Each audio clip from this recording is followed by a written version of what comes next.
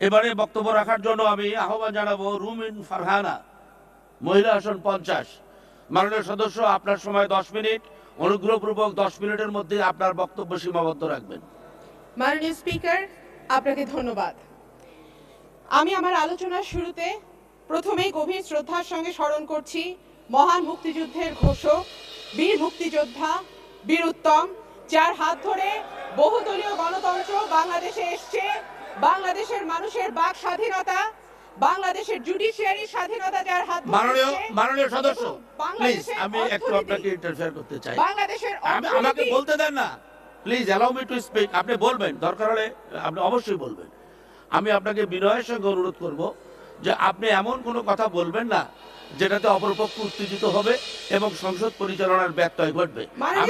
আমি চাই এই সংসদটা প্রাণবন্ত হোক।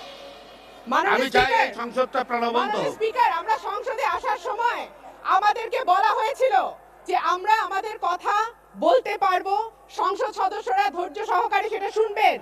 সংসদ নেতা সে কথা বলেছিলেন। আমার প্রথম দিনের বক্তব্য 2 মিনিট, আমি 1 মিনিটও শান্তিতে কথা বলতে পারি নাই মাননীয় স্পিকার। একই ঘটনা আজকে ঘটছে। যদি তাই হয়ে থাকে মাননীয় স্পিকার, কোন গণতন্ত্রের কথা আমরা বলি, কোন বাক স্বাধীনতার কথা আমরা বলি, কোন সংসদের কথা আমরা বলি মাননীয় স্পিকার? এইভাবে তো একটা সংসদ চলতে পারে না। আমি আমার দলের কথা বলবো, তারা তাদের দলের কথা বলবে, কিন্তু আমি উঠে দাঁড়ানোর সঙ্গে সঙ্গেই পুরো সংসদ যদি উত্তেজিত হয়ে যায়, 300 সদস্য যদি মাননীয় সদস্য, আপনি কিন্তু সাপ্লিমেন্টারি বাজেটের উপরে বক্তৃতা দিতে দাঁড়িয়েছেন। আমি গভীরভাবে please confine yourself within the rules of procedure. বিএনপির প্রতিষ্ঠাতা, please confine yourself within the rules of procedure. আজকের অর্থনৈতিক মুক্তি, সাপ্লিমেন্টারি বাজেটের বাইরে কোনো কথা দয়া করে বলবেন না। আজকে অর্থনৈতিক মুক্তি যেই প্রবাসী শ্রমিকের হাত ধরে এসছে, তার প্রত্যেকটি তার অবদান মাননীয় স্পিকার। আমি আরো গভীর শ্রদ্ধা ভরে স্মরণ করছি 3 বারের সাবেক প্রধানমন্ত্রী, বাংলাদেশের একমাত্র নেত্রী যিনি কোনোদিন কোনো আসনে কোনো নির্বাচনে পরাজিত হন নাই, গণতন্ত্রের আরেক নাম বেগম খালেদা জিয়াকে, যিনি আজকে 16 মাসের অধিক কারাগারে আছেন। মাননীয় স্পিকার, সংসদে আজকে সম্পূরক বাজেটের উপরে যে আলোচনা করবার কথা, সেই ব্যাপারে আমি শুরুতেই বলতে চাই, একটা সরকারের সক্ষমতা ক্রমশই বাড়ার কথা, কিন্তু আমরা লক্ষ্য করছি যে সরকারের সক্ষমতা ধীরে ধীরে কমে আসছে। 2010-11 থেকে শুরু করে যদি আজকে পর্যন্ত আমরা লক্ষ্য করি, বাজেটের মাত্র 76% আমরা বাস্তবায়ন করতে পারি। যে রাজস্ব আদায়ের বিশাল লক্ষ্যমাত্রা ধরা হয় মাননীয় স্পিকার, সেই রাজস্ব আমরা কখনোই আদায় করতে পারি না।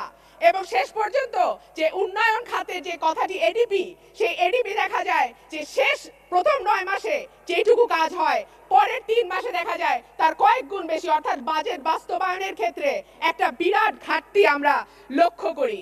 এইবার বাজেটের সম্পূরক বাজেটের আলাপে এসছে যে বিভিন্ন মন্ত্রণালয় থেকে বাজেট বরাদ্দের ব্যাপারে কথা বলা হয়েছে। তার একটি হচ্ছে নির্বাচন কমিশন মাননীয় স্পিকার।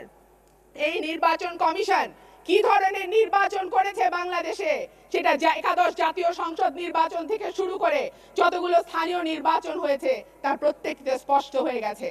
মাননীয় স্পিকার, আমার একটি কথায় সারা সংসদ উত্তপ্ত হয়েছে।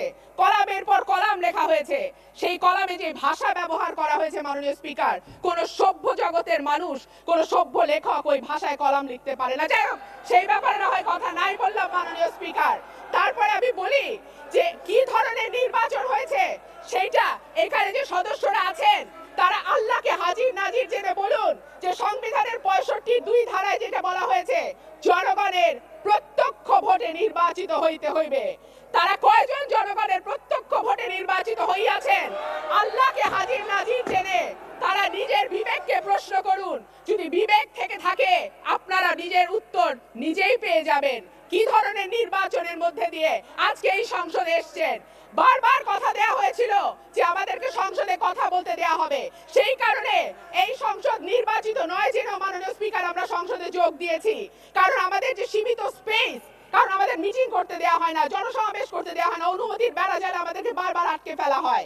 সেই জায়গা থেকে আমরা ভেবেছি সংসদে আমরা একটা জায়গা পাবো যেখানে আমরা দেশের কথা, জনগণের কথা, মানুষের কথা, আমাদের নেতা কর্মীদের কথা বলতে পারবো। মাননীয় স্পিকার, আমার দুর্ভাগ্য এই 300 আসন যেটা লুট করে নেওয়া হয়েছে তাদের অতটুকু ধৈর্য নাই আমার মতো একটা সাধারণ মাননীয় সদস্য, কথা শুনবা। Please listen to me. মাননীয় মাননীয় সদস্য, আমি আপনাকে প্রথমেই আমি আপনাকে বলেছি বিনয়ের সঙ্গে মাননীয় যে স্পিকার, আপনি আমি বিনয়ের আপনি সঙ্গে নো বলি। নো নো আপনি এমন কোনো কথা বলিয়েন না যেটা মাননীয় আমাকে স্পিকার। এক্সপান্স করতে হবে। I don't want to expanse, কিন্তু আমাকে যেটা এক্সপান্স মাননীয় করতে হবে এই স্পিকার, কথাটা যে দয়া আপনি করে মনে বলবেন না। করবেন সেটা আপনার এখতিয়ার। মাননীয় না, আপনি স্পিকার, বসেন, এখানে আমার আপনি কিছু বসেন, করবার নেই। Please sit down. মাননীয় স্পিকার, এটা আপনার এখতিয়ার, এখানে আমার কিছু করবার নেই। দেশে আইন আছে, দেশে আদালত আছে, কিন্তু শুধু দেশে আইনের শাসন নাই। মাননীয় স্পিকার, শাসন আছে, আইন আছে, আইনের শাসন নাই। যে কারণে মানবাধিকার সংস্থাগুলো বলছে যে গত 1 বছরে বিচার বহির্ভূত হত্যা হয়েছে মাননীয় স্পিকার 450টি। এই বিচার বহির্ভূত হত্যা মতো জঘন্য ঘটনা কোন সভ্য রাষ্ট্রে চলতে পারে না। মাননীয় স্পিকার, মানবাধিকার সংস্থা আইন ও সালিশ কেন্দ্রের রিপোর্ট মতে গত 1 দশকে গুম হয়েছে 600-র উপরে মানুষ। মাননীয় স্পিকার, আমার সুযোগ হয় মাঝে মাঝে এই গুম হয়ে যাওয়া পরিবারের সদস্যদের সঙ্গে বসবার জন্য। তারা মাননীয় স্পিকার এখন শুধু লাশ চায়, একটু কবর যেতে দিতে পারে, যেন মহান রাব্বুল আলামিনের দরবারে তাদের জন্য দোয়া করতে পারে, শুধুমাত্র সেইটুকু সুযোগ তারা চায়। মাননীয় স্পিকার, গত 1 মাসে মৃত্যু উপত্যকা বাংলাদেশে হত্যাকাণ্ডের শিকার হয়েছে 168 জন। বাংলাদেশ এখন ধর্ষণের রঙ্গমঞ্চ।